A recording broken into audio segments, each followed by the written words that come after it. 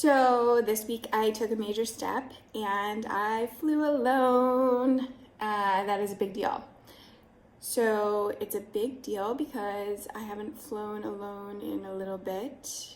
Most recently I've flown with my mother, who took me down to Bascom Palmer for the initial visits, and with my husband, who took me down to Bascom Palmer for my subsequent visits and for a family visit to Syracuse.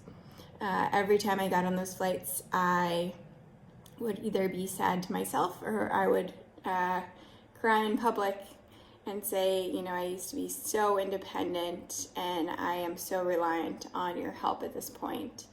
And it was a big wake-up call. But I booked this conference back in July when my vision was a little bit better. I could probably navigate, just using some Zoom if I really needed it. But I got to the realization maybe a month ago that I needed help. And I, needed someone else to rely on to navigate me through the terminals and to help me get my Uber and all that. But not as much the Uber, but I'll talk about that a little bit. So we got me a cane.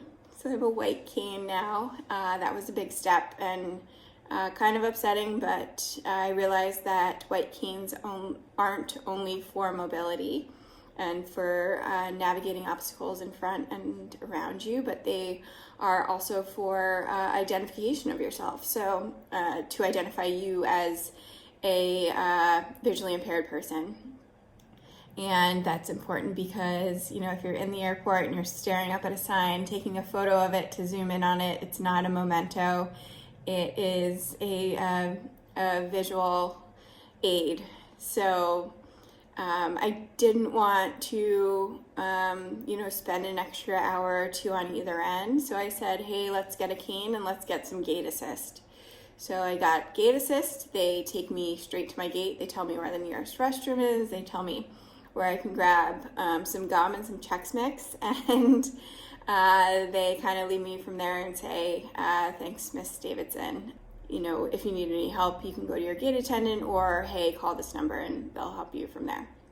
Things to remember is the gate assist folks are not airline employees, they're airport employees. So it doesn't matter what your status is on different airlines. Or what your booking status is. So a tip in cash helps a little bit to get a little bit more information, a little bit more detail-oriented service, and a little bit more respect, honestly. I had to kind of tell them that I could do security on my own just to meet me at the end, is what I learned, because they were very handsy with my luggage, and I didn't want to tell them, hey, I have an iPad here, I have a laptop here, because they were really going into my stuff and, really close to my wallet and my passport and, only stuff that I would know, but I don't want people going in there. And right now I have enough vision where I can navigate that on my own, I was frustrated because my TSA pre-check didn't go through on this flight, so luckily I did have the gate assist, so I didn't have to wait, but, I did still have to take my electronics out and my shoes off and all of that, those little nuances that you don't want to deal with when you're already not sure if someone is waving you through the machines to make sure that you have nothing on you and all of that. But we did it. And to speak to Uber a little bit, Uber's fine and Uber is great and it's a great resource, but I think it could be a better resource for those that cannot drive. I can't see what color the car is. It doesn't list that on there. And when the car does come, I can hardly tell what kind of car it is, what make and model it is. But I can tell if it's a sedan, I can tell if it's an SUV. But that's of my own car knowledge. That's not, what the app is telling me. So it'd be great if it could be a little bit more intuitive for those that are visually impaired, because I'm relying on the driver being a nice person, and that doesn't happen all the time, right? So I get by, but it's intimidating and it's a really frustrating part of the day where you get in the car and you just kind of put your shoulders down and say, okay, I did this, let me get to my destination, and then we have the next struggle to go through.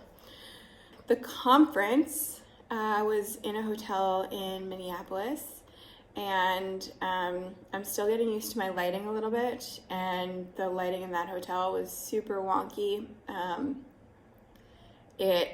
The rooms themselves were really, really low lit, so I would have to go in whenever housekeeping came and, return on all of the lights to make sure that everything was on, or else I was unsure of myself.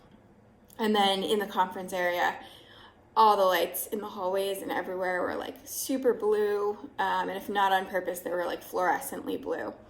So I had to work on that, which was annoying because a lot of the areas had, our like lunch and breakfast buffets in them. And to that point, I don't know how this could be managed better, but I can't read the signs for the buffet. I was relying on my colleagues to either help me, and I couldn't see what was in the actual chafing dishes because of the blue light. So I could tell, hey, this may be a piece of chicken, or it could be a piece of French toast, who knows? But I know it's in like this sort of shape.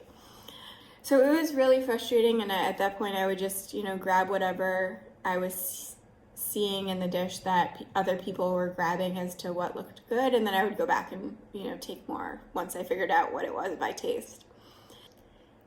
I think that's it's something that not many people could have dealt with, but it's something that I realized is a huge frustration, and thank goodness I don't have a dietary restriction or a religious food restriction. But if that was me, I guess I'd just be ordering my own plate and saying, take me off of the buffet. So that was interesting. My colleagues were amazing. That was the first time that they were seeing me since I was highly affected. I think some of them saw me when I was losing vision in my left eye, and my scotoma was catching up in my right. But this is the first time some of them actually saw me legally blind, and I didn't carry my cane through the conference just to be a little bit more comfortable and give myself a little bit more norm, but they were super helpful. I mean, whether it be, hey Meg, your coffee cup is filling up pretty quickly, or can I read you the entrees on the menu for dinner, and just little stuff like that would help me. One of my colleagues' cousin was actually legally blind, and she knew the right words to say and the right questions to ask and all of that. So that was really helpful. So I left being exhausted and kind of knowing my limits between this week and the previous 2 weekends, where I spent some time sightseeing with my sister-in-law's family, and then the weekend after that we were in Syracuse to see family. I realized I can make it through a day without really laying down and taking a nap or closing my eyes for an hour at a time, because literally I would just go into a room and close my eyes even if I wasn't falling asleep, and that would just help me so much. But I realized that wasn't necessary at times, but if I still need help, I can do that on my own. So this upcoming weekend, I have a friend coming in town from home that I grew up with, which I'm really excited about. Both of us need some downtime. But we were going to go to Napa, where we can't go anymore because of the smoke. Alexander Valley is still in flames. But luckily this time, San Francisco's air quality is not highly affected. So we do not have a plume of smoke above and around us. It is more contained, and because of the high winds, we aren't seeing it here. So that's nice for us, but still sad for Napa. But instead, we're gonna go down to Half Moon Bay. So we'll still have a nice girls' night down there, get some spa time and relax. Other than that, I'm doing okay.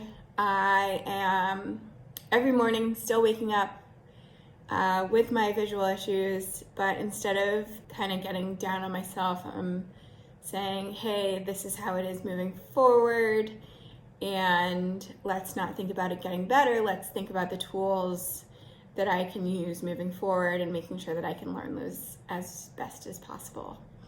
So that's where we are. and so much love. And again, I really do appreciate the support and the kind words that I'm getting from a lot of family and friends, whether it's, through text or Instagram or wherever. But Scott and I are, really powering through, and those really help us on a daily basis. We can't really ask for much else. Again, I am healthy as a horse besides LHON, and I really don't consider that being unhealthy. I just figure it's a new puzzle in life.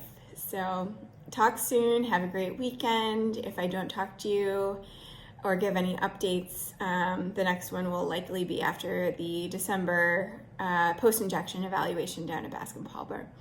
So, all right, bye now.